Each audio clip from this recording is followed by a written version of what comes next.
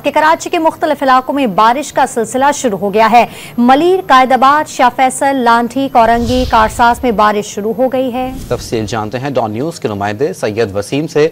सैयद वसीम, बताइए कराची के कौन कौन से इलाके हैं बारिश जहां पर हो रही है?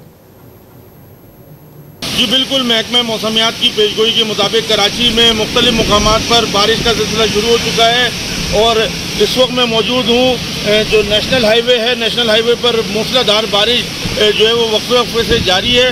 न सिर्फ नेशनल हाईवे पे बल्कि कायदाबाद, शाह फैसल, कारसाज, शाह फैसल और दीगर मुकामात गुलिस्तान जौहर, गुलशन इकबाल, स्कीम 33 से भी तेज़ बारिश की इत्तलात मौसूल हो रही हैं और जो ये बारिश का सिलसिला है वो आज रात और कल सुबह तक जारी रहने का इम्कान ज़ाहिर किया है महकमा मौसमियात ने। जी, इस वक्त कराची के मुख्तलिफ इलाकों में कहीं हल्की और कहीं तेज़ बारिश का सिलसिला जारी है। सैयद वसीम अपडेट कर रहे थे, बहुत शुक्रिया।